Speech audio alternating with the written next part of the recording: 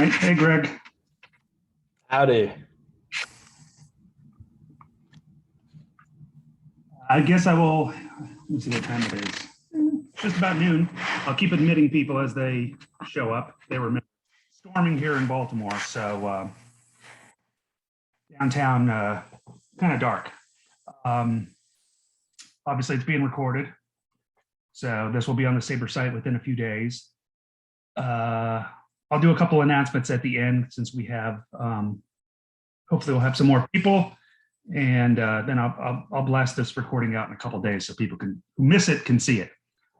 Greg is going to talk to us today from Texas. I guess he's still there. Right now I'm in Las Vegas for a conference. Okay. Well, I'm wearing my old school Aberdeen shirt. Nice, the old logo. Old logo. I've had this since probably 06 or 07. Greg's going to talk to us about his years in Aberdeen. I actually had the great fortune. I got an advance copy before it was published and was able to read it. I guess it was about a year ago, last fall. And then it was released earlier this year. So I picked up a new one, which hopefully if you come to the convention, I can get signed. He's going to talk about his days of working for the IronBirds when they were still a short season team, and give us his insights. If you guys remember, those of you who were, I think Greg, you spoke at the Bob Davids annual chapter meeting pre-COVID, so early 2020. That's right. So Bob Davids is the oldest chapter and also one of the largest. So that's the first time I met Greg in person, and he's an active SABR member, Texas native, and I'm sure he can give you all of his bio.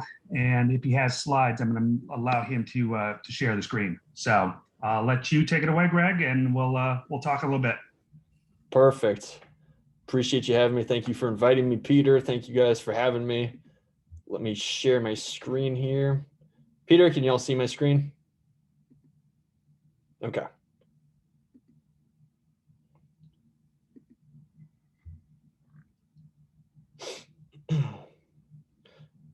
So, yeah, as Peter mentioned, so my 2 summers in Aberdeen were in 2012, 2013, and I was the clubhouse attendant for that team. And it was a tale of 2 seasons. I mean, they were really different seasons for that team. First year, 2012, we were cellar dwellers. 2013, we were a powerhouse. And let me move this over here. So as the clubbie, I'm sure you guys are familiar with what happens in a clubhouse, but for anybody who isn't, I was basically the team mom. I would be taking care of laundry. I would be cleaning up after the players. I would be going on beer runs, tobacco runs, just anything that happened in the purview of the clubhouse, I was in charge of. And I like this little feature that the game day program staff wrote about me, white pants and pasta sauce. That felt like the majority of my life, cleaning up white pants, making sure that the players had their food. In 2012, so the IronBirds are under the purview of Ripken Baseball, the front office, and then obviously the Orioles take care of all of the player salaries and all that. In 2012, Ripken Baseball actually put me up in an apartment in White Marsh, and at any given time, I'd have 4+ players living with me because I had a 2-bedroom apartment that I had no roommates, and I would just let players shift in and out, and we had air mattresses in every corner of the room, and players would be coming in and out of that apartment. 2013, they took away the apartment for budget purposes, and I said, screw it, I'm just going to live in the equipment closet. So I lived in the Ripken Stadium equipment closet in 2013, along with much of our coaching staff was living in the stadium as well. At least we're at home for a homestand. Our manager, Matt Merullo, Paco Figueroa, who is now the first base coach for the Phillies. Our trainer, Trek Schuler, Alan Mills, he would usually get a hotel room, but most of the staff, we were all sleeping in the clubhouse. And a big part of the book and a big part of my journey with that team was trying to get my Rudy moments where, I mean, I was a terrible high school player, but like so many other young fans, I wanted to have my chance at the dream. And after having been cut from a Division III school my freshman year of college, I thought, in the back of my mind, I took this job as a clubbie out of college thinking, maybe one day I will get one at bat and they'll see me hit a home run and I will have a chance to be on the team. I would have never said that consciously, but that was the subconscious motivation for me, was to be a part of this team in that way. And so those 2 years, like I said, we went from cellar dwellers to powerhouse. I think they are a perfect microcosm of any two major minor league seasons, where some of the guys made it, some of the guys are still playing, most of the guys washed out.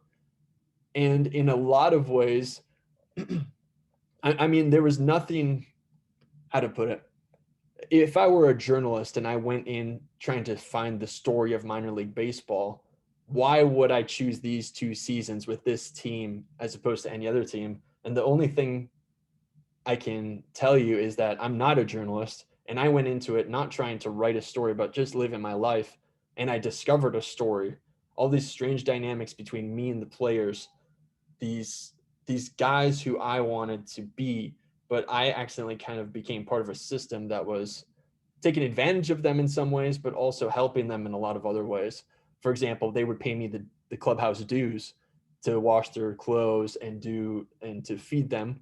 Dues have been abolished since then in minor league baseball, but it was an environment that was incredibly challenging for me emotionally. And that's the big core of this book, is like the emotional struggle and the emotional victories of a minor league baseball season. So what made those 2 seasons book worthy? The fact that I was there experiencing it. That's it. If I were a journalist going in as an objective observer, it wouldn't have been worthy of a book. But because it was my subjective experience, it made it more interesting, I believe. And so what I want to do, I want to go through the standouts from those 2 seasons, some of the guys, the coaching staff, and some of the guys on the rosters who are still playing and are maybe, some of them are having more success than others. Because it's interesting, again, these 2 seasons are microcosms of any minor league baseball seasons. So the 2012 team, we had Christian Walker. Christian was from the University of South Carolina. His 2012 stats when he was with us, he had a 284 average, 796 OPS in 22 games. He was in contract negotiations for a bit, so he took longer to get to us in Aberdeen. And one of the big things I remember about Christian is that he would constantly milk this back injury, which I don't doubt was real, that he was having his back spasms and that he was experiencing some pain there. But I remember one of the Dominican guys poking fun at him for constantly being in the clubhouse while the game was going on because he was too hurt to play. And Christian just kind of pantomiming like, oh, my back, I can't play. And the Dominican guy being like, oh, yeah, sure you can't. Both of them seeming to understand that he had gotten his stats in. I don't know what his motivation was exactly. He didn't seem interested in playing anymore. I mean, this dude had come off some pretty serious college World Series success with University of South Carolina. And then here he was with as we called them, the Aberdeen IronBirds. He probably just wasn't interested in playing anymore. And then every time the post-game spread would come out, he would say, all right, let's get fat, because he wasn't doing anything else. Well, fast forward to 2021, he's with the Diamondbacks now. He's got a 227 average, 637 OPS. He's played in 76 games. And he had a really good year in 2019, and now he's having an off year. And I really like this quote. He said, this year has been a lot of things. It's been frustrating. It's been humbling. Been a learning experience for myself. Not so much about the game, but the mental side of things. And Christian and I were not super close by any stretch of the imagination, but it is interesting to just see those little threads of maybe the major league player that he would become just in those little moments in the IronBirds clubhouse, the mental side of things, the mental side of milking an injury. This is one of the biggest surprises from that 2012 team. Josh Hader in 2012, 8 1/3 innings pitched, 0 ERA, 5 games. He came to us pretty late. He's by far the youngest player on that team. He had just turned 18, and a 19th round draft pick, $40K signing bonus. He was a string bean dude. I mean, he was swimming in that number 12 jersey. And then what do we see Josh Hader become now? He's one of the premier lefty relievers in the league. 41 and a third innings pitched, 1.74 ERA, 3-2, all-star multiple times. And I didn't know this until the last couple of days. Reached 400 strikeouts faster than any pitcher ever at 234 and 2/3. He was one of those guys. A lot of these guys that I'm going to show you, it was that they had been tagged as prospects by the organization. Josh Hader was definitely a surprise dude for everybody in that clubhouse. Kevin Gausman was the exact opposite. He was the first round draft pick. He had a $4.32 million signing bonus.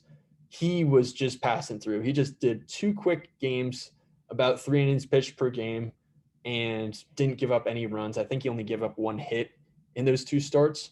And it was just, he was very clearly just passing through Aberdeen to Delmarva.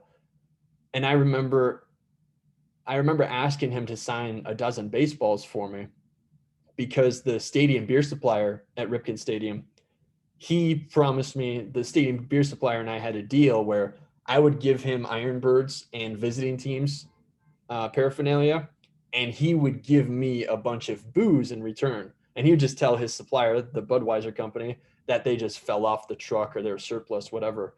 So when I saw Kevin Gausman, I was like, if he can sign me a dozen baseballs, that is going to be so much beer for our coaching staff.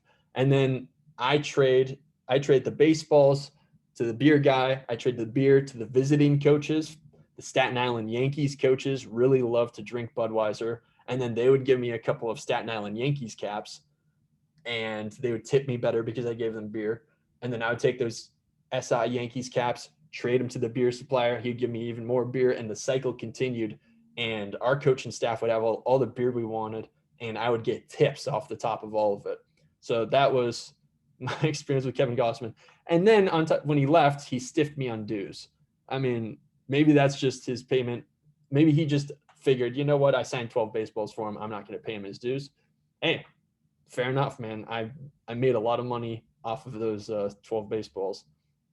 And now, I mean, he's having a career renaissance after being a journeyman starting pitcher for a while. So as of yesterday, I think he had a start last night. So just as of yesterday before his start, he's 12-5, 2.4 ERA, 169 innings pitched.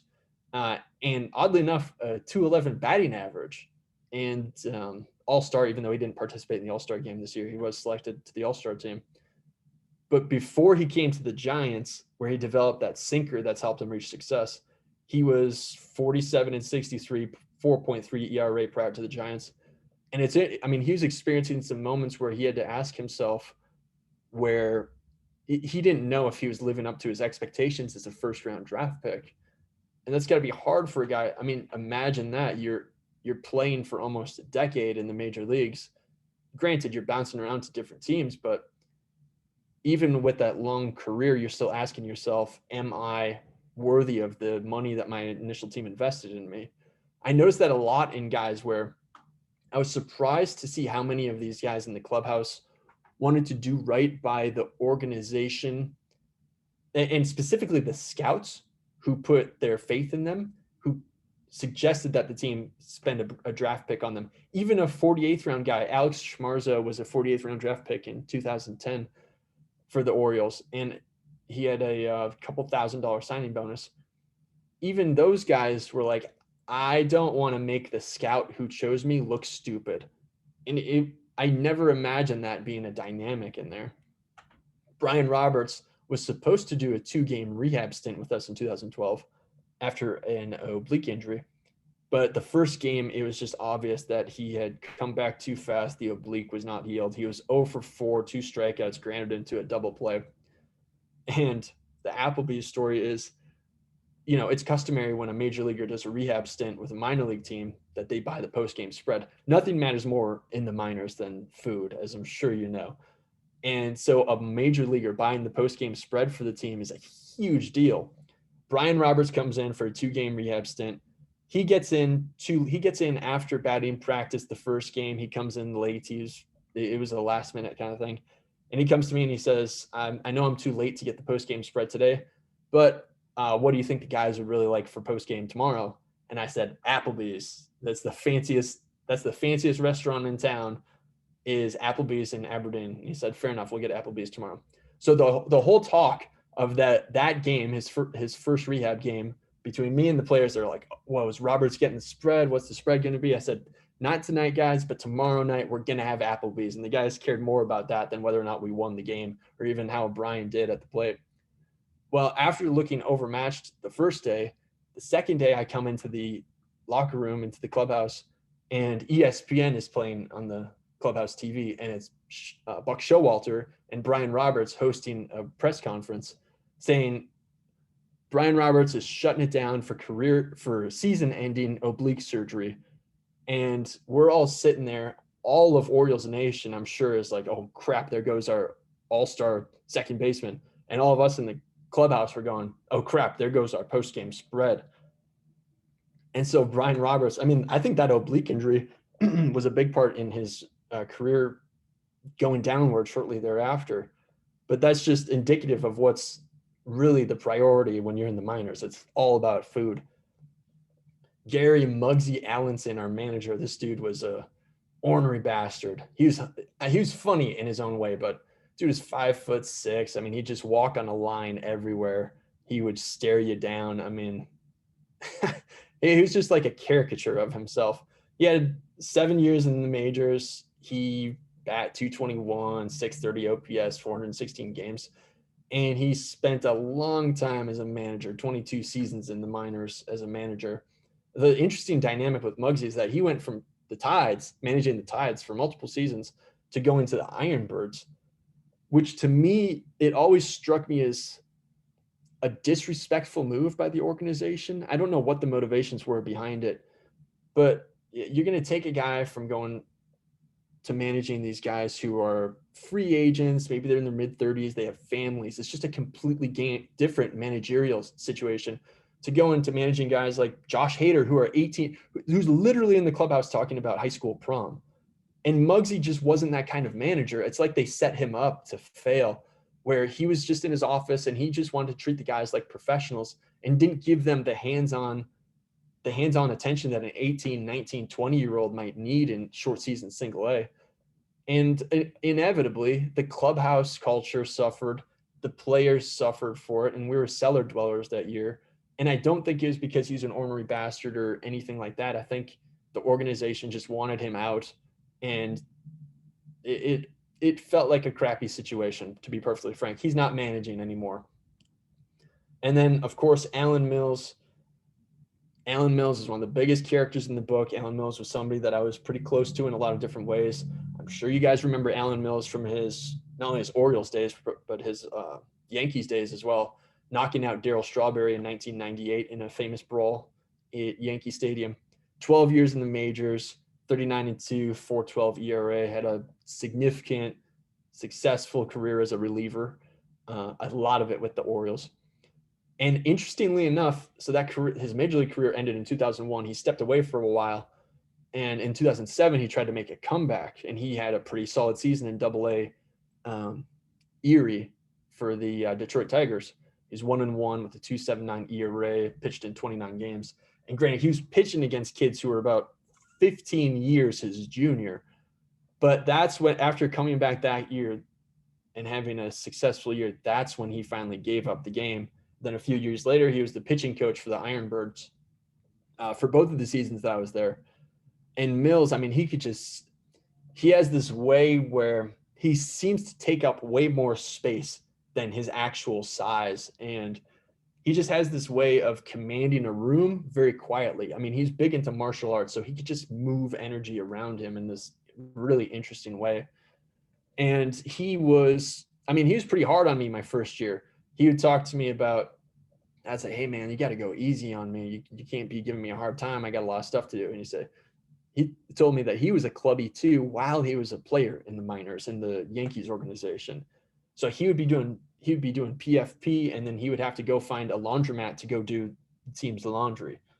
And that was just unfathomable to me. So I couldn't even use the pity or sympathy card with him, because he would say, I don't feel so bad for you. I've done what you do. Plus I was a player at the same time.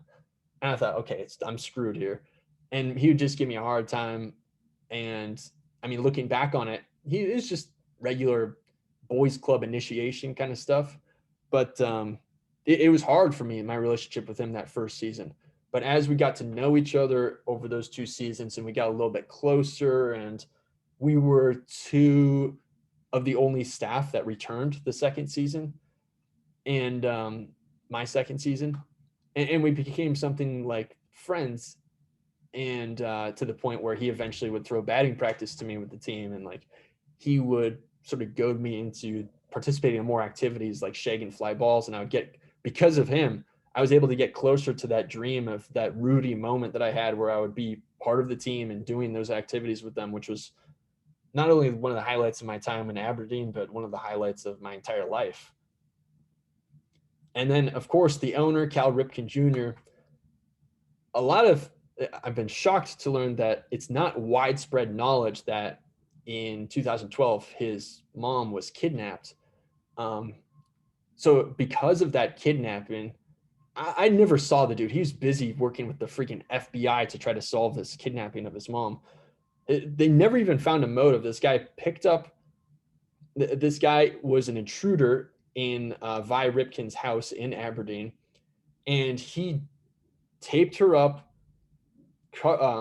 taped up her hands, and put her in the backseat of her own Lincoln Town car and just drove her around for hours and hours and hours until she was gone for more than 24 hours.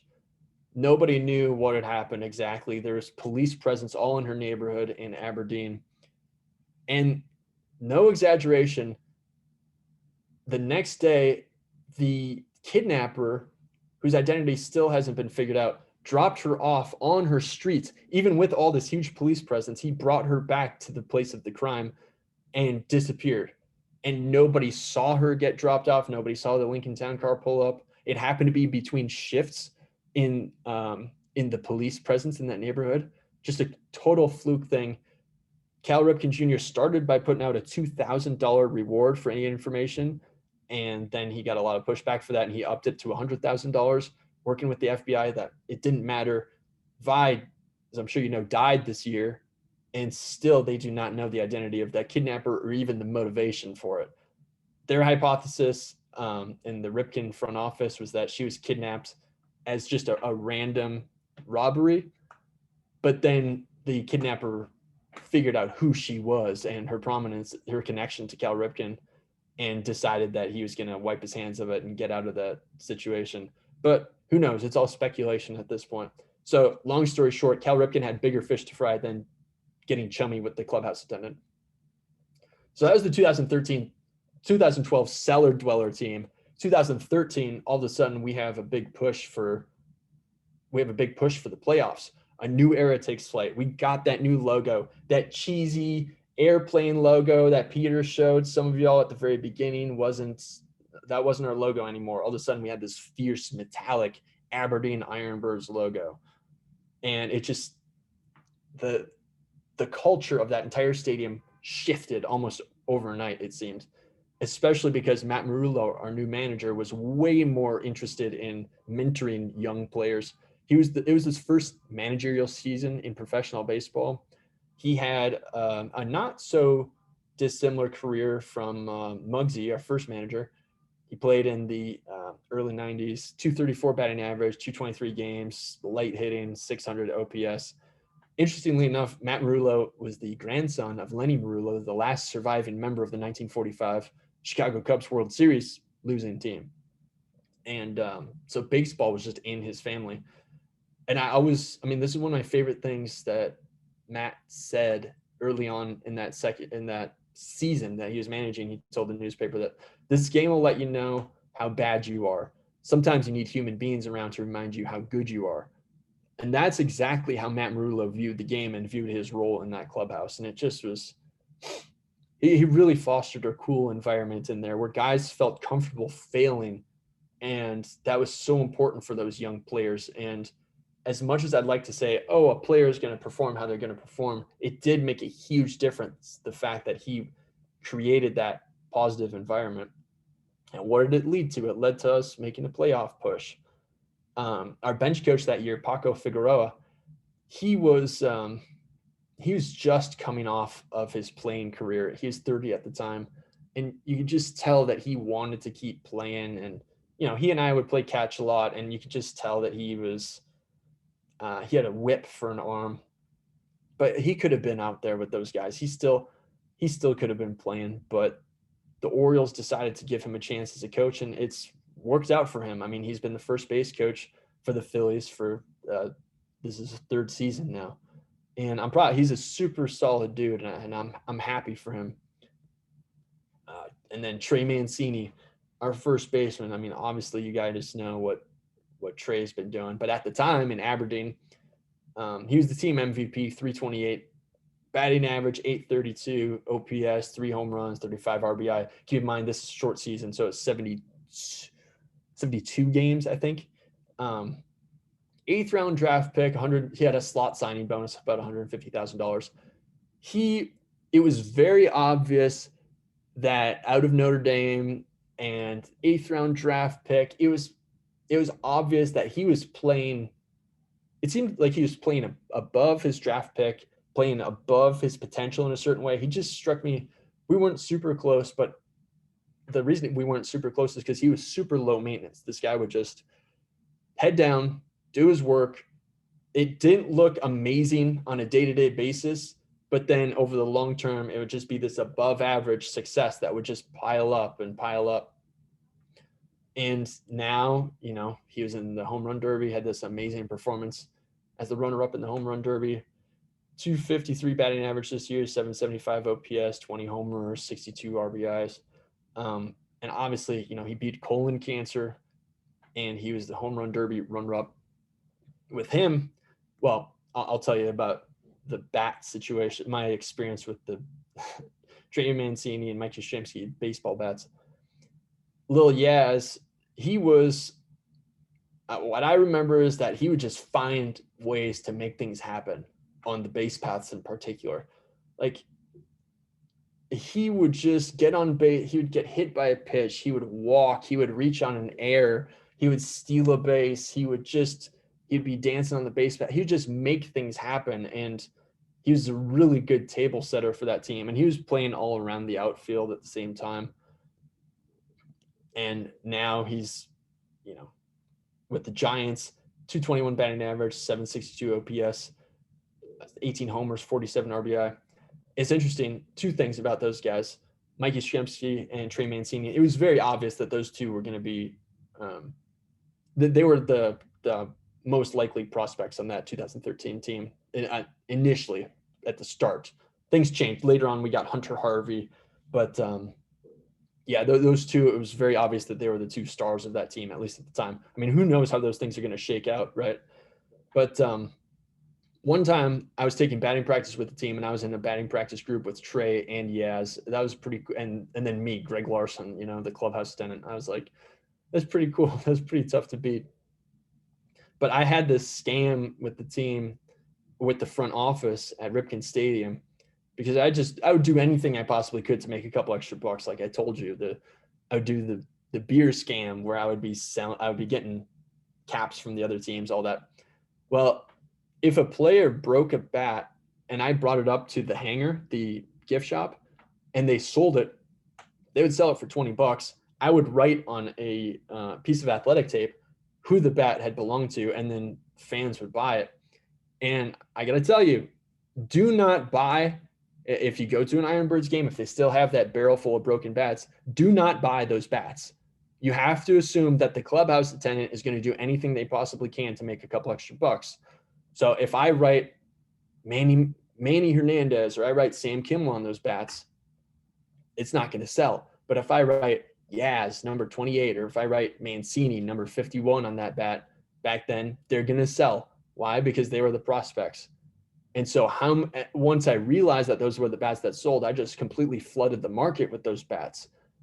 And so I'm hoping that there's nobody on this call who bought one of those Yaz or Mancini bats, because the unscrupulous clubhouse attendant fabricated those names on there. So do not buy those bats. Don't take anyone's word for it, I hope. that they're not just trying to make an extra buck in minor league baseball, because that's the name of the game on that one. We had a rehab stint from Jonathan Schoop. 3 games, he batted .571. He was 8 for 14, and he was just I think his regular roster spot was, I'm pretty sure he was on the 40-man, but he was playing in Norfolk at the time. 1269 OPS, 2 homers, 9 RBI. He had 7 ribbies in 1 game, I believe. Well, here's what I remember. He was crushing the ball, and with a AAA guy coming in, it's a delicate balance. Are they going to buy the spread? Are they not? A AAA guy on the 40-man roster, it's a tough call. Jonathan did not buy us the spread. That's all right. He was a super nice guy. But again, the food is everything that matters in minor league baseball. And now, I mean, he's had some really solid success in the Tigers, in the Twins organization, with the Orioles. He had 283 average this year, 781 OPS, 18 homers, 65 ribbies, and $31.5 million career earnings so far. So, again, much like Kevin Gausman, it was very obvious that Schoop was just moving through. He was not on the team.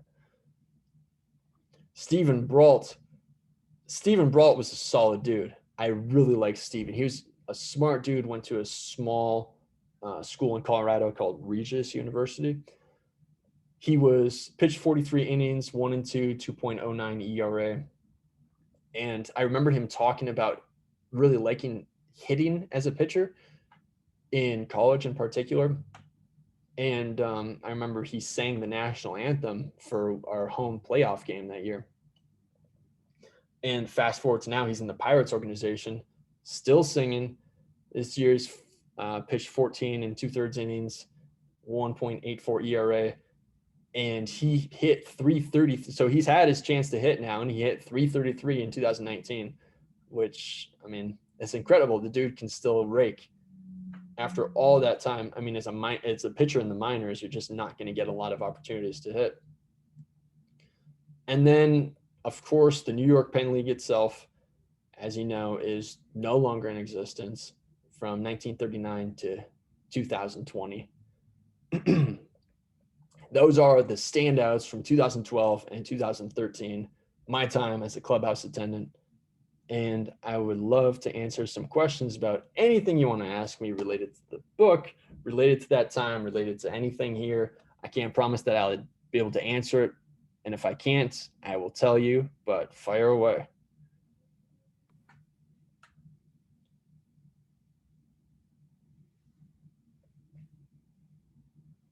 Go ahead, guys. Unmute if you want to ask. Well, I'm going to fire a quick one, Greg. What did you do post Aberdeen? I left in 2013. I went to graduate school for creative writing. I figured if I wasn't going to get my Rudy moments in a clubhouse, I was just going to work on being an author.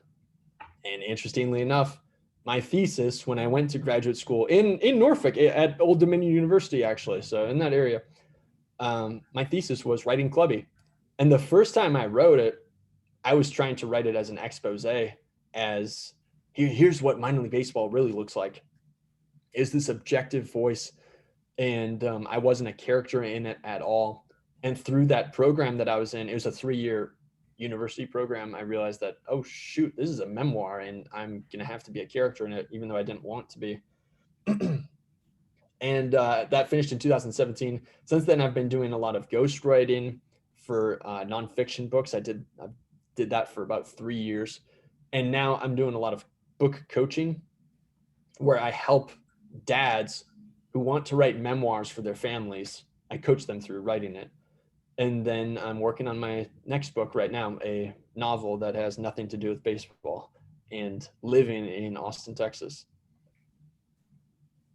Has Aberdeen as an organization been receptive to this book? No. In fact, they have actively, all the Orioles affiliates have passed on promoting it in any way. And without naming names, I happen to know a GM in the Orioles organization who said that the Orioles front office was not happy that this book exists. I mean, I broke every code in the book, every unwritten code of clubhouse culture that there is. I wrote a book about it. Interestingly enough, it was like, I was worried about how the players would take this. I was worried about how people like Alan Mills would take this because he's so prominently featured. And I did interview a lot of these guys to write the book, but I thought those would be the people who would be mad about it. But they've been the ones who have been so happy that this book is out there because they just want the stories to be told. They want people to know what the minor leagues is really like.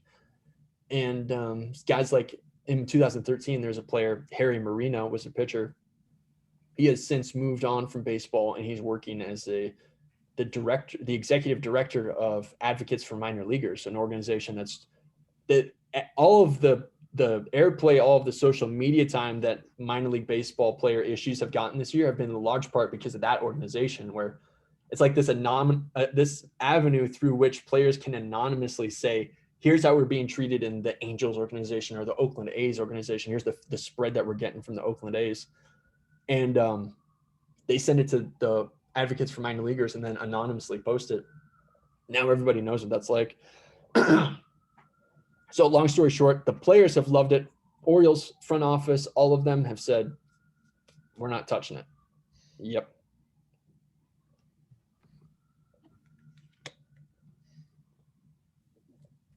You guys have any other questions for Greg? We know he's at a conference out in Vegas and hope he's enjoying himself. Yeah, I won a little bit of money last night. Good for you.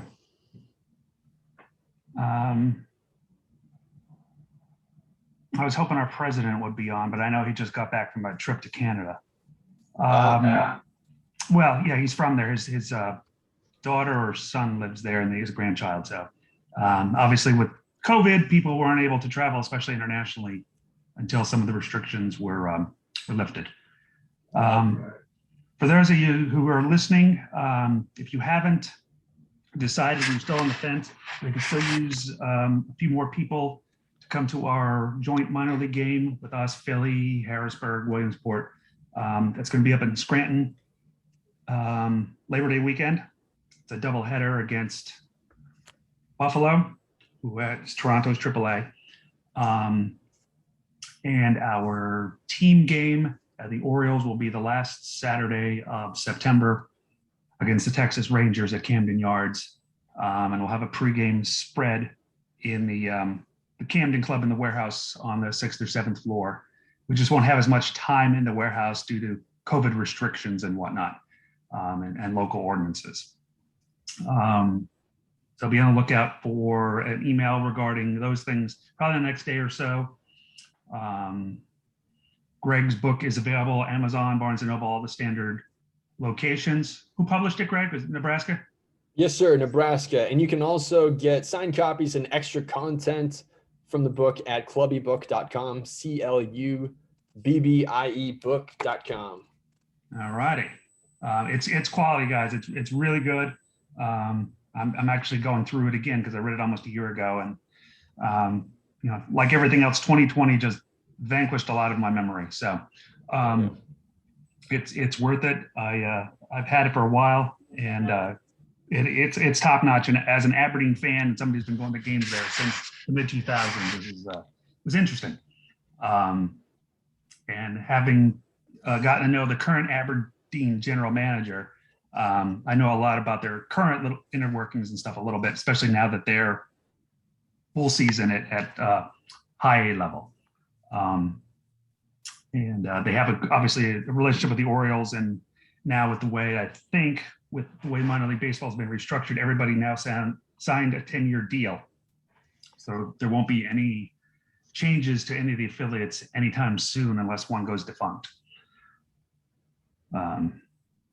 So we appreciate Greg's time. Hopefully he will come into our convention.